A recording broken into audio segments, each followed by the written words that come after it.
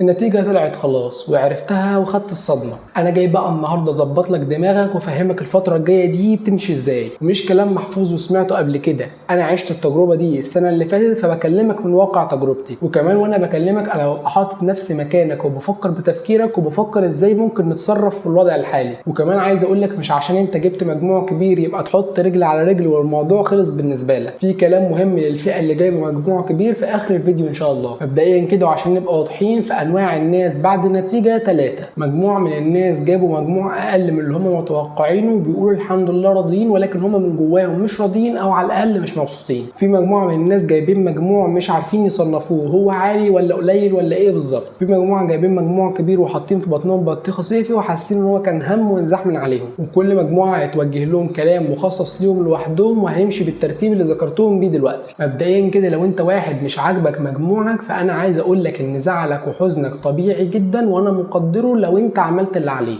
انما انت لو مقصر وبتدلع وما ذاكرتش من اول السنه ومفيش ظرف قهري كان منعك انك تذاكر فمفيش داعي للزعل، لان ما كانش ينفع تدارك المنهج اللي بيتشرح في سنه كامله في شهر او شهرين. وما تصدقش اي حد بيقول لك كده، ودي نصيحه مبكره لدفعه 2026. هتقول لي بس انت قلت لي قبل كده انك لازم تفضل تتعب وتسعى لحد اخر يوم في الثانويه العامه، وان المساواه ما بينك وما بين اللي بيذاكر من اول السنه وارده. اقول لك ايوه انا قلت كده، وقلت برضو ان المساواه ما بينك وما بين اللي بيذاكر من اول السنه دي بتاعت ربنا ومحدش يقدر يضمنها لك. طب وقلت لك ليه اسعى طالما هي مش مضمونه؟ هقول لك لان ببساطه ساعتها قلت لك ان الرسول صلى الله عليه وسلم قال لو في ايدك فسيله ويوم القيامه هتقوم فاغرسها، وانت مكلف بالسعي لحد اخر لحظه. فكره ان ربنا ما ادالكش اللي انت عايزه بمذاكره شهر او شهرين او ما سواكش باللي بيذاكر من اول السنه هي منطقيه، ولكن احنا بنطمع دايما في كرم ربنا. اما بقى اللي كان بيتعب من اول السنه وبيذاكر من اول شهر 8 وحاسس ان مجهوده ما تكللش او ما توفقش في النتيجه، فاسمع الكلام ده عشان مهم.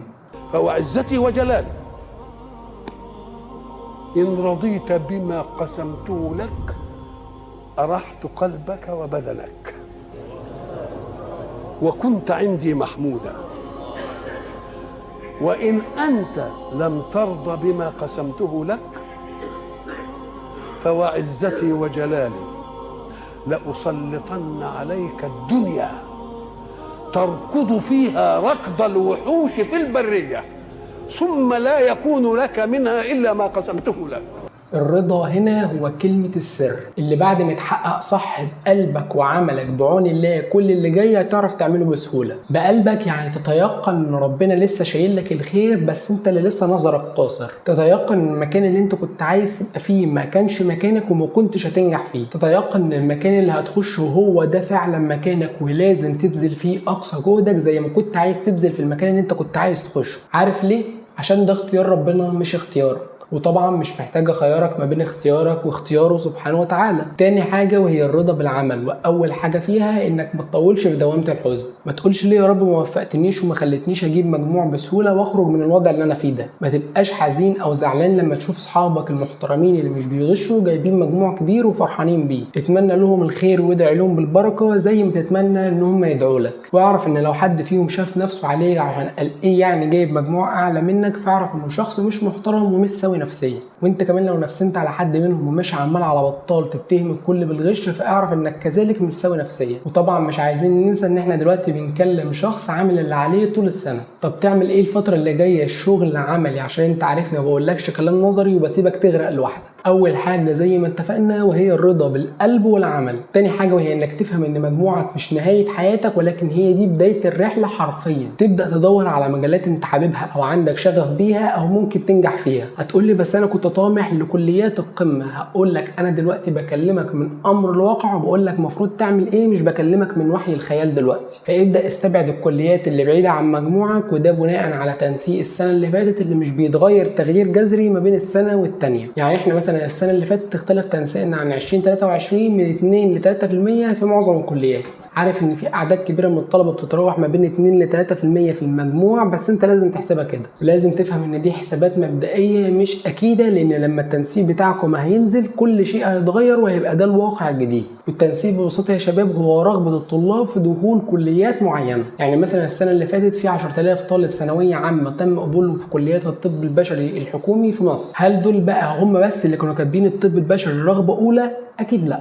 طب ايه اللي حصل بقى؟ اللي حصل ان في جامعه معينه بتقول انا مثلا عندي 1000 مكان لطالب طب عندي، مع العلم ان بيبقى في مراحل اولى وثانيه وثالثه للتنسيق، واللي جايب اقل من المجموع الادنى للمرحله الاولى بيستنى لحد ما تسجيل رغبات المرحله الاولى تخلص عشان يسجل في المرحله الثانيه وهكذا. فالجامعه دي لقت ان في 2000 طالب مسجلين الطب البشري في الجامعه دي رغبه اولى، فكده احنا محتاجين نعلى بمجموع القبول في الجامعه دي طب بشري شويه، ويقعدوا يعلوا شويه شويه بالمجموع لحد ما يوصلوا ان في 1000 طالب بس هم اللي كاتبين الطب البشري في الجامعه دي رغبه اولى. طبعا بعد كده بقى في تقليل اغتراب وليه شروط معينه ممكن نبقى نتكلم عنها في فيديو تاني مع تسجيل الرغبات بالخطوات لو عايزين. بس كده اظن موضوع التنسيق بقى واضح عندكم، لان اتضح لي ان كتير منكم مش فاهم موضوع التنسيق صح. نرجع لموضوعنا، هو ازاي تختار كليتك ومجالك مبدئيا. انت دلوقتي استبعدت الكليات اللي مجموعك بعيد عنها عن طريق التنسيق السنه اللي فاتت. الخطوه الجايه زي ما قلت لك انك تشوف المجالات اللي انت بتحبها وتشوف هل في كليات ليها ولا لا. كذلك برضه تبدا تشوف تنسيق السنه اللي فاتت للكليات دي، وهسيب لك لينكات في الوصف فيها تنسيق السنه اللي فاتت لكل كليات مصر. وبعد كده تبدا تصفي الطريق لنفسك لكليه معينه. اكيد مش هترسى على كليه معينه بسرعه، وممكن حتى ما ترساش على كليه معينه خالص، بس اكيد هتحصر الاختيار في كليتين او 3، ويجي هنا دور القدر وانك تؤمن بربنا انه شايل لك الخير. طب انا عايز اخش كليه خاصه، هسألك كذا سؤال وعلى حسب إجاباتهم تبدأ تقرر. وأول سؤال والمعروف، هل أهلك مقتدرين إن هم يدخلوك كلية خاصة بمصاريفها العالية؟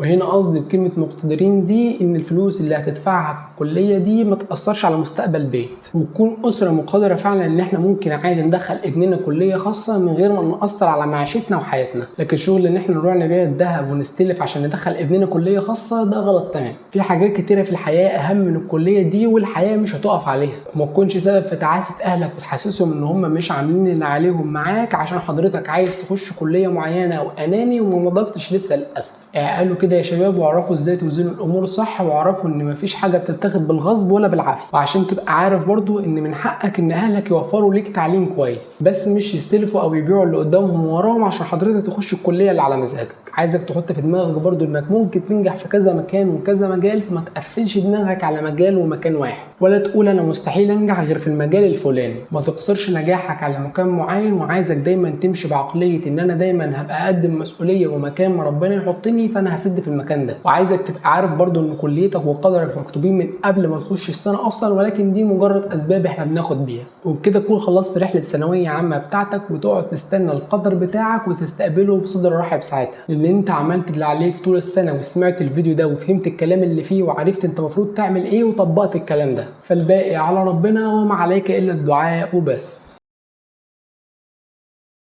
انا عارف ان طولت في الكلام مع المجموعه الاولى، ولكن للاسف دول اكثر مجموعه لمست وجودهم السنه دي. ونخش دلوقتي على الفئه الثانيه اللي هم مش عارفين مجموعهم ده كويس ولا وحش ولا ايه بالظبط. وانا تعمدت ما اقولش ارقام في الفيديو ده عشان افهمك ان مفيش ثوابت، واقول لك ان التنسيق السنه دي ممكن يختلف ويغير لك كل حاجه انت عامل حسابك عليها، خصوصا ان المجموع السنه دي اتغير من 410 ل 320، وان المجاميع السنه دي متذبذبه ما بين عالي قوي وقليل قوي، فانت في النص ما بينهم وحقك انك تحتار. ولكن الفيصل هنا هو التنسيق، لكن انت لازم تمشي بالكلام اللي سمعته للمجموعه الاولى وتعمله بالظبط، وساعتها ان شاء الله تبقى راضي عن اختيارك اللي ربنا يوفقك ليه، واللي عارف انه صعب مش سهل، ولكن انت هتبقى خدت بالاسباب وهو ده محور الموضوع. طبعا يا شباب لما بقول خد بالاسباب ده مش معناه انك تتعلق بيها، لا، انت تتعلق برب الاسباب ثم تاخذ بالاسباب، لكن ما ينفعش تعمل حاجه وتسيب الثانيه والا هتبقى مقصر. حبيت بس اوضح النقطه دي عشان ما يحصلش لبس عند حد منكم. بس الفكره ان في الفئه دي الاستبعاد بتاع الكليات هيبقى اصعب شويه من المجموعه الاولى، وهي دي رخامه الفئه دي من الدرجات، ولكن زي ما قلت لك بالتعامل الصح معاها ان شاء الله كل حاجه هتبقى سهله. واخيرا المجموعه اللي منتظرين من اول الفيديو، وهم المجموعه اللي جايبين مجموع عالي وفرحانين بيه. ما تخافش، مش هقول لك ما تفرحش، لا، افرح وهات اخرك في الفرح. دي لحظات مش هتتكرر في العمر تاني، وانت فرحت اهلك وحبايبك، ودي حاجه تساب عليها لو انت كنت واخدها في نيتك. فاعمل ما بدا لك من اشكال الفرحه الحلال، ولكن خد بالك في بعض التنبيهات. مبدئيا كده انا مش عايز اخدك، ولكن في بعض المجاميع المقلقه اللي بتبان لبعض الناس انها عاليه جدا، وهي فعلا كويسه جدا والله، ولكن للاسف التنسيق هو اللي بيحكم في الحته دي، ودي مش بمزاجنا. مش عايز اضرب امثله بالدرجات، ولكن انتوا فاهميني اكيد، بس دي مش اهم حاجه انا جاي اقولها لكم. في بعض الحاجات اللي ممنوع تعملها، يعني يا حبيبي ما تجيش تشوف نفسك على صاحبك اللي كان معاك طول السنه ولكن للاسف جاب اقل منك، او تقطع معاه مثلا لانه ما بقاش من مستواه. دي حاجات تدل على انك غير سوي نفسيا تماما ومحتاج تراجع افعالك افعالك دي بسرعه. هتقولي لي هو في ناس بتعمل كده؟ هقول لكم للاسف ايوه، فكان واجب التنبيه. وكمان عايز اقول لك انك ما تغترش في نفسك ولا تحس انك ضمنت الدنيا خلاص. سيدنا عمر بن الخطاب وهو على فراش الموت كان لسه بيسال هل انا من المنافقين ولا لا. فانت كده هدي الايجو بتاعك وافهم انك لسه بتبدا رحلتك زي باقي زمايلك بمجاميعهم المختلفه عادي جدا. انت ما ختمتش اللعبه ولا حاجه، احنا لسه بنقول يا هادي وهتعرف كده مع الوقت، فبالراحه على نفسك. زي ما قلت لك افرح واعمل كل اللي انت عايزه ولكن بالمعقول وبالحدود اللي قلتها لك، عشان اي حاجه هتعملها وانا قلت لك بلاش منها هتضرك انت قدام وهترجع تندم عليها صدقني. عشان ما اطولش عليكم اكتر من كده، فخلاصه موضوع النهارده ان حياتك مش هتقف على كليتك ولا مجموعك ابدا، بل لو عاوز تعرف هي تقف على ايه بجد فهي تقف على مجهودك في تطوير نفسك في فتره الجامعه. وانا برشح لكم بودكاست ابو زيد لما بعد الثانويه العامه تسمعوه وان شاء الله يفيدكم جدا، واللينك بتاعه هيبقى في الوصف. وعايزكم تعرفوا ان النجاح الحقيقي هو دخول الجنه مش حاجه تانية، واننا عمالين نتعب ونشقى في الدنيا عشان هي سبيل للجنه مش اكتر. فما تخليش الدنيا تلهيك عن دورك الاساسي وهو عباده ربنا. بس كده يا شباب، اتمنى انكم تكونوا وفقتوا في النتيجه وانكم تكونوا راضيين بيها فعلا، واتمنى انكم تكونوا فاهمين ان الحياه مش هتقف هنا، لا هتكمل والوقت هيعدي. فاعملوا الصح في اللحظه الحاليه وصدقوني ربنا هيكرمكم اخر كرم. ولو حد منكم استفاد ولو بمعلومه واحده من الفيديو ده فاتمنى انك تشيره مع صاحبك اللي مش عارف يعمل ايه بعد النتيجه. واتمنى انكم ما تنسونيش من دعواتكم يا شباب 2025، وانا موجود دايما لمساعدتكم في اي وقت، ولينك الجروب موجود في وصف الفيديو، تقدروا تخشوا تسالوا على كل اللي انتوا عايزينه. والسلام عليكم ورحمه الله وبركاته.